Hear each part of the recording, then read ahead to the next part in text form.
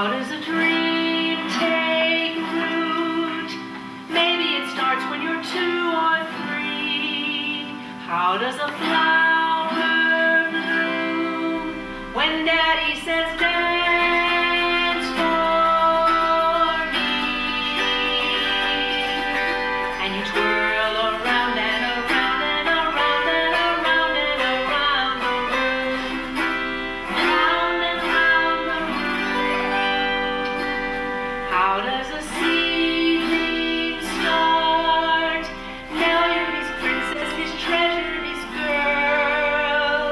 How does he hold your heart with his smile?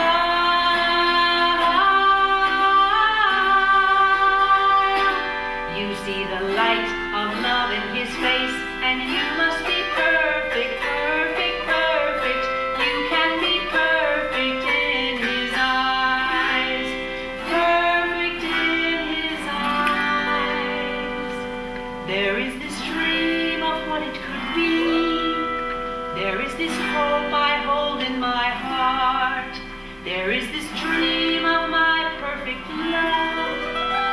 There is this dream. There is this dream. They met because of James Cash Penney. You might know him better today as J.C. Penney.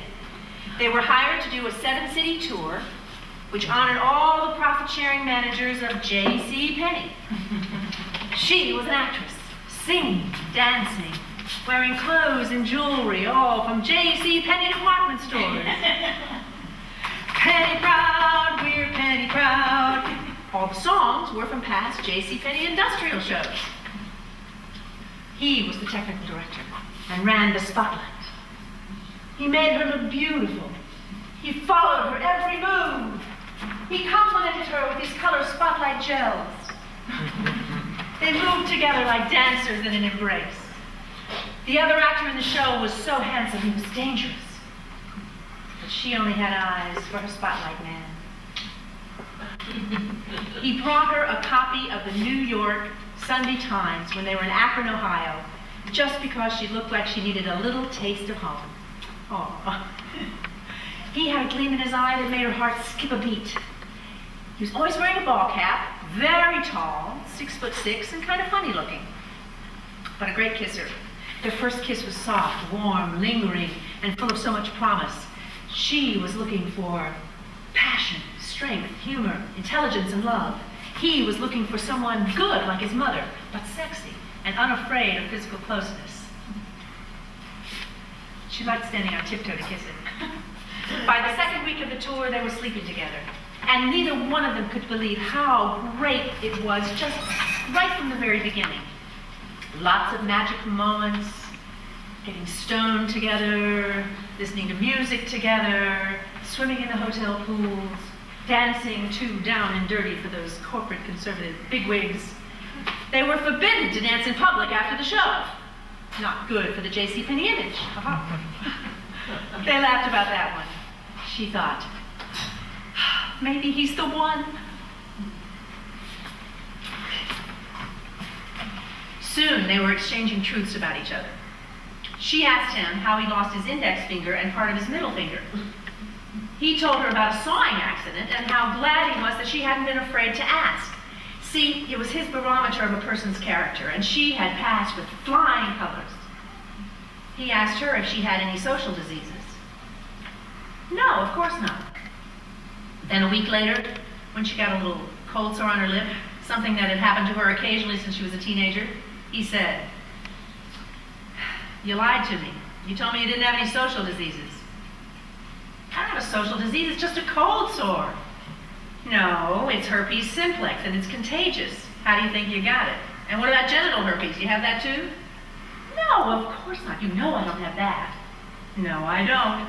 You could be a carrier and not have any symptoms. Besides, you lied to me about this, so how do I know if you're telling me the truth now?" "I didn't lie. And you asked me if I had any social diseases. I didn't even think about this. I wasn't deceiving you on purpose. It just never occurred to me." A lie of omission is still a lie. You withheld information. I mean, don't you realize you probably got it from kissing some other guy, and now you're probably giving it to me? Oh, Jesus. I didn't think about that. I didn't think about giving it to you. I'm so sorry. You know, I didn't mean that. Well, you know, you just admit it was a lie and take responsibility for your words and actions. Okay, well, all right. But it wasn't on purpose, and no, but it was still a lie. Oh, okay. I guess you're right. It was a lie. When the tour was over, he moved into her studio loft apartment on the Upper West Side, and they got closer. Sex got better and better. They made love wherever they could, in the car, at the beach, backstage, at whatever theater he was working in. And they were becoming a couple, madly in love.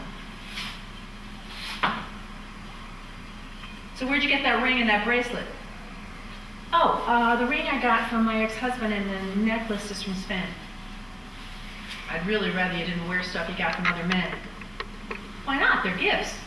Yeah, but when you wear those gifts, you're thinking of him and not me, and I don't like that. I mean, if the tables were turned, would you mind? Oh, yeah, you're right. I might worry that you still cared about her. See? That's what I'm talking about. So I prefer it if you didn't wear stuff you got from other men. Get rid of both of those and any other stuff you have. I mean, let's start fresh with our own memories, with our own gifts. You must really be crazy about me to want me to do this.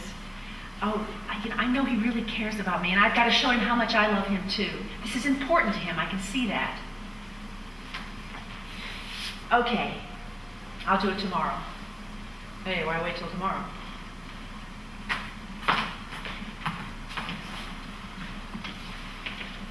Hello, Bob. This is Susan. How are you? Yes, I did get your letters. In fact, they both came yesterday. I know, the mail's really crazy, isn't it? But that's why I called. I don't want you to write me anymore. No, now that Todd and I are living together, it's just not appropriate, and I really don't want to jeopardize this relationship. But you can understand how he feels, right? Okay, so just official stuff about the divorce, all right? Yeah, I'm sorry, but that's the way I feel too. Okay, bye.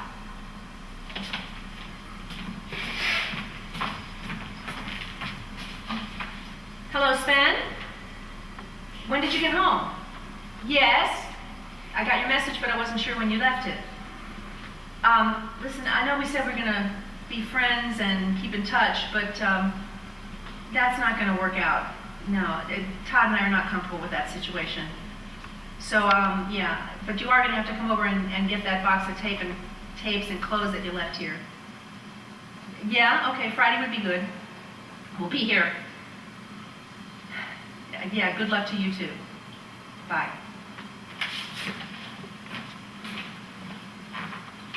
Hello, Michael, this is Susan. Listen, I'm sorry to have to leave this on your machine, but,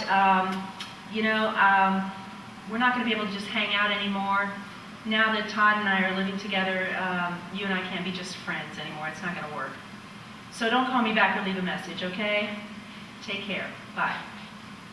Aunt Betty! Aunt Betty! Aunt Betty, tell us the frog story! Yes, the frog story. Tell us the frog story. All right, all you children, come on, sit down over here. Come on, everybody, come on, sit down. All right, I'll tell you the story about the frog in the pot. Everybody ready? Okay. Now, what happens if you put a frog into a pot of boiling water?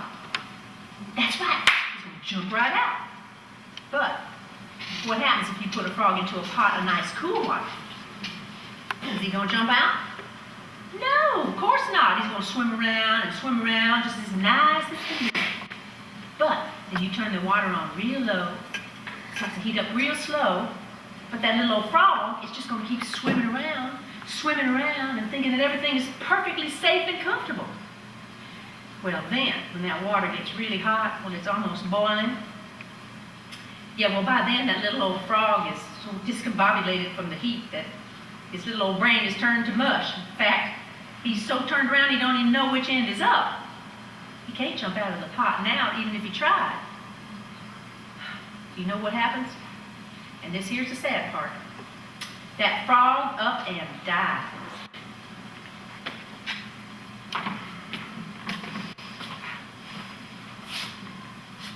So, what did you tell Dr. Vincent about your ear? Well, I told him that I had a little ringing in my ear and that I was having trouble hearing and having a little bleeding. So what did he say? Well, he examined it with the light, and then he asked me if I'd been hit in the ear. So what did you say? I'm asking again. Well, I just hesitated for a minute, and then he asked me if you had hit me. And I said yes. You told James? These people are my friends. How could you do this to me? How could you betray me?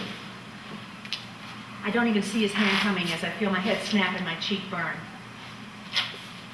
My eyes start to water. I start to cry. He's pulling me by the hair. He's grabbing me. He's pulling me back towards the bed. I scream, "Stop! You betrayed me to these people. Look, we get to stay in this beach house because of me, not because of you. How could you do this to me?" He's striding around the room, his arms stiff at his side, his fist clenched. He is so mad. His eyelids are wide open. His eyes are bulging. It's like he's shooting daggers at me with his eyes. He pulls my legs out from under me. I land beside the bed. Suddenly he's over me. I feel my head snap again as he slaps me. Now my eyes starting to swell. I'm on my hands and knees crying. "Go wash your face. Now. Go wash your face." I'm in the bathroom, and it's so beautiful. Shells and beautiful containers on the counters, soaps and special pretty dishes. The towels are all matching and luxurious. Mirror covers the whole wall over 2 oval porcelain sinks with gold fixtures. I look up and see my eyes red from crying, my cheeks puffy. I've got a bruise over my eye and a little cut under my eyebrow. How am I going to explain this one? "Come out here and let me see you." What are you going to tell him? Well, I should tell him the truth, right? Look, you've already jeopardized my friendship with these people, so just tell them that you got it when you were out body surfing at the beach. You can do that. Just tell them that you rolled in the sand and you banged your head and that's how you got the bruise. Yes, you can do that. You're an actress. Make it believable. Besides, it's better this way because you already betrayed me to Dr. Vincent, so you need to do this for me.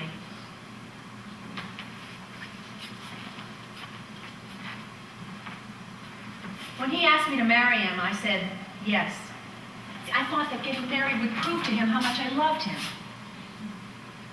On our honeymoon, I got a call offering me a part in a national tour of a Broadway show.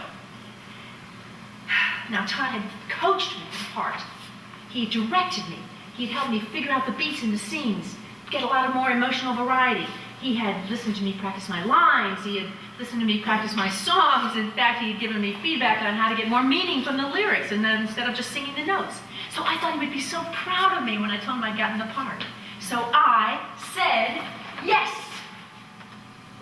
Now I'm on the first stop of that tour, and I get a phone call from my husband. "This is not going to work. Why didn't you take this job?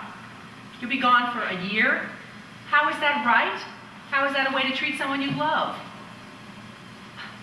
"I know, I coached you in the fucking part. I figured you'd get it. I figured they'd offer it to you, but you didn't have to take it." "No, there was no discussion. You just told me you were going on this national tour. Bam, fait accompli. No discussion. You didn't have the balls to ask my advice because you're afraid I'd say no." Well, look, here's what I would have said. I would have said, "Thank you very much. I'm very flattered that you would offer me the part, but I just got married and I can't leave my husband right now." They would have understood, and then you would be here to audition for other Broadway shows. No, I didn't tell you what to say. I was hoping that you would make the right decision, which of course you did not. Just like you went ahead and did what you wanted to do. You left me to do some show with a bunch of pansy-ass queens who probably can't even tie their own shoelaces without help. You care more about strangers than you do about your own husband. No, I did not say it was okay because you never asked. Just like you barreled ahead and did what you want to do. You're a coward. You didn't have the guts to ask me. You're afraid I'd talk you out of it? Damn straight I would have. Jesus. What are you, crying? Would you grow up, please? If you say I'm sorry one more time, I'm going to hang up on you. Look, sorry is no good here. You've clearly done the damage, and now you're just trying to play catch-up ball to cover your own ass. God, I'm so disappointed in your behavior right now, I don't even want to talk. Goodbye. 2 weeks later, I was back in New York City at home with my husband. After another 2 weeks, I got a call asking me if I would like to do the same role on Broadway. Yes, of course! So I had the thrill of performing for the last 4 months of the Broadway run of Into the Woods. It was a wonderful experience. And Todd had been right. They had hired me back again. During the last month of the tour, or of the run, I found out I was pregnant!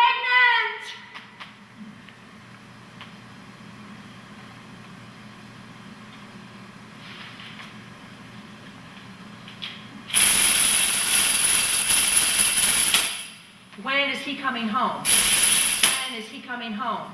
My life is on hold till he walks through that door. When is he coming home? Buy me some vodka, buy me some limes, make sure to fix dinner, make sure it's on time.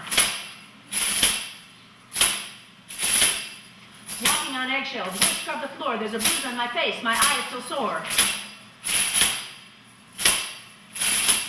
Whatever I say, it always goes wrong. I'm a liar, I'm a coward, I'm not very strong. Can't talk to my friends because they'll get mad. Can't talk to my family, he says they're all bad. When is he coming home? When is he coming home? My life is on hold till he walks through that door. When is he coming home? I hope he's not angry, I hope he's not pissed. If he's had a bad day, I might get his fist. Balance the checkbook, clean out the tub, feeding the baby, sing rub-a-dub-dub. How can I prove that I love him? Be what he wants me to be. Now that we have our new baby, will he start believing in me? When is he coming home? When is he coming home? My life is on hold till he walks through that door. When is he coming home? If I leave him now, will my dreams still come true? I remember the good times when no one was through. I wanted to work, so I tried and I tried, but still when he yells my son and I cry. Can't see myself, can't speak my mind, walking on eggshells, wasting my time. I don't want my son to grow up in such strife. He deserves to be happy, he deserves a good life. When is he coming home? When is he coming home? My life is on hold till he walks through that door. When is he coming home?